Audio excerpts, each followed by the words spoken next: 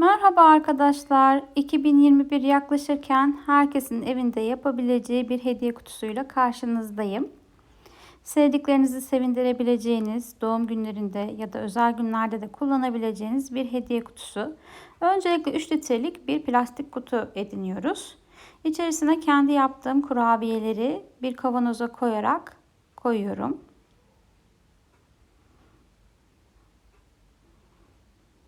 Daha sonra sütlü bir çikolata,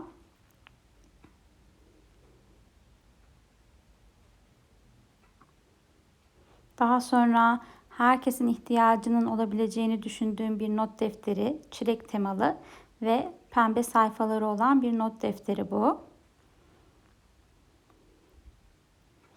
2021 için güzel dileklerimizi yazabileceğimiz kullanışlı bir not defteri. Sabun, istediğiniz marka sabun olabilir. Güzel kokulu sabunları hep çok sevmişimdir.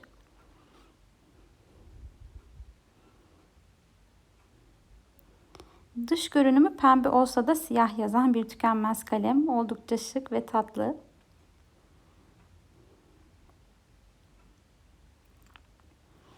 Ve fosforlu kalem. Evet, önemli noktaları çizmek için gerekli. Evet, kutumuz bu şekilde.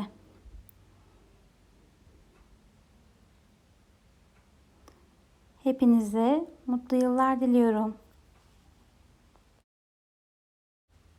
Dilerseniz hediye kutumuzdaki bu kurabiyelerin tarifini de hep beraber izleyelim. Tarifimizin ismi Starbucks kurabiye. Starbucks kurabiyemizin malzemeleri: 2 yumurtanın sarısı, 150 gram tereyağı, 100 gram pudra şekeri, 1,5 su bardağı kadar, 1 çorba kaşığı su, yarım paket hamur kabartma tozu, yarım paket şekerli vanilin, 1 çay kaşığı kadar tarçın, arzunuza göre daha fazla da kullanabilirsiniz. 1 su bardağı çekilmiş ceviz, 50 gram kadar damla çikolata kullanacağız ve 300 gram kadar da un kullanacağız.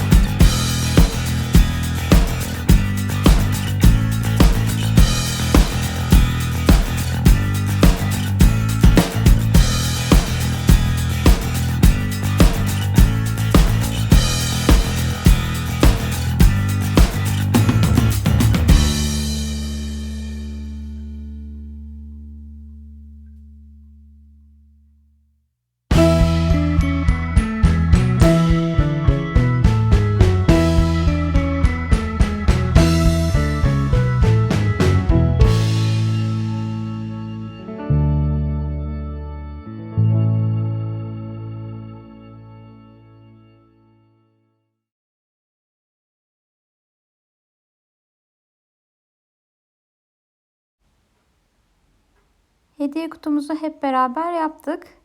Sizler için fikir olması ümidiyle fiyatlarını da paylaştım.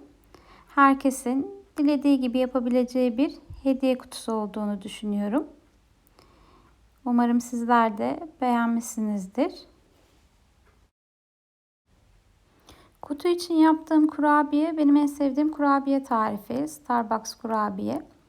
Yapımında gördüğünüz gibi ince olmasına gayret gösterdim. Oklava ile açtım. İnce olduğu için de çok çabuk pişen bir kurabiye. Yani 15 dakika kadar bir süre pişmesi için yeterli oldu. Her ne kadar beyaz da görseniz kurabiyeyi o şekilde alın. Pişmeye tepside devam ediyor. Aynı bir bisküvi havası oluyor. Tereyağı kullandık ama margarin kullanırsanız daha da bisküvi havasında olabilir kurabiyeniz. Kullandığımız damla çikolatanın da paketi 100 gramdı.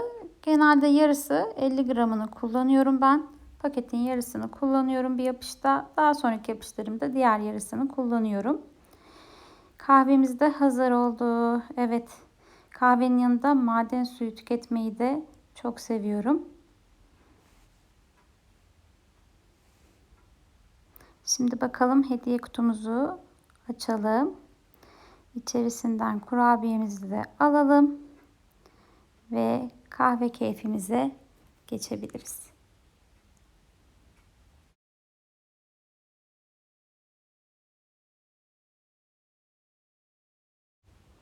Umarım videoyu beğenmişsinizdir. Başka videolarda görüşmek dileğiyle. Kendinize çok iyi bakın. Hoşça kalın.